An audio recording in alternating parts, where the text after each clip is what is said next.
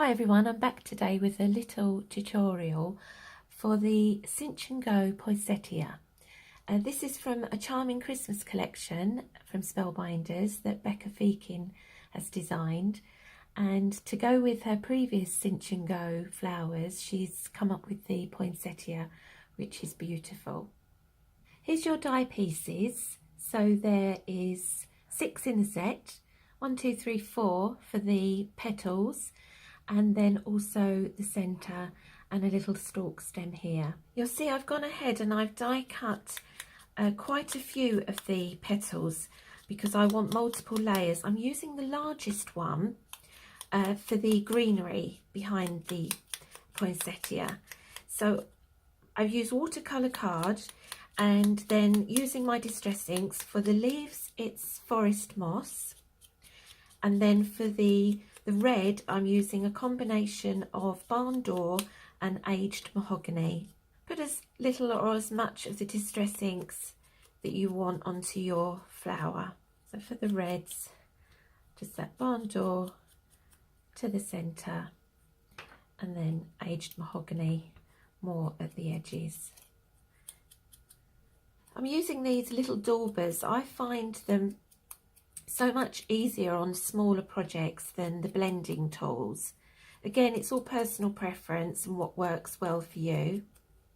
When it comes to the first smallest of the petals, I've just used a little bit of yellow for the centre. So once you have them all inked up, ready to go, you just want to do some shaping. So I've got a piece of foam. This was left over from a pack of Brad's ages ago. I'm just recycling that. So I'm just going in with my ball tool. You can spritz the watercolour card if you wish, just to make it a little bit more supple. And I'm just going to force that down on the other side.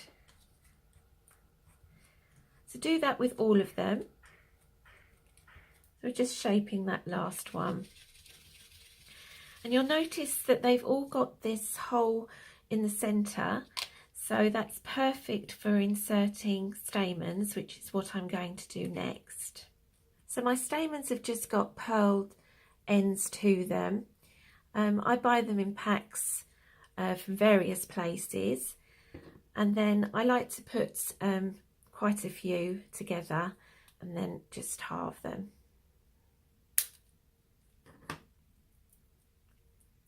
So before you insert your stamens, assemble your flower, use your preferred adhesive. I'm just going to add some liquid glue, and as I layer up, I'm just going to make sure that centre is aligned. Just use my tool in one to hold it in place. So I've inserted the stamens. I'm just going to pull them through from the other side until I get them to the height that I want them to be. Now you can use a glue dot. I'm using a glue gun. That's going to hold it in place nice and securely. So just keep gently pulling them through until you get them to the height that you want. And it's quite nice if you want them at varying heights as well. Splay them out a little bit.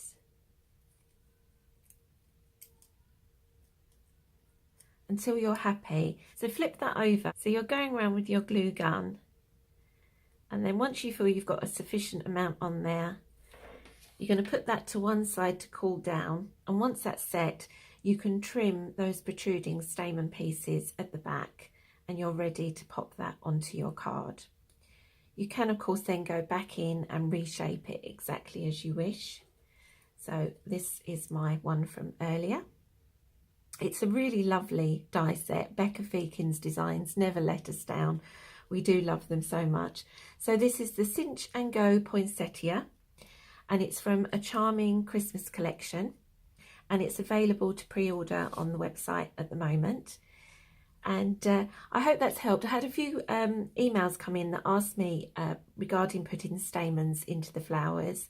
So I thought it was best to do a little video. So thank you for joining me today. Don't forget, if you comment on the video and subscribe to our YouTube channel, then we pick out a winner and we send the project to you. So if you'd like to win one of the Cinch and Go Poinsettias, then please leave a comment and subscribe. Many thanks then. Bye now.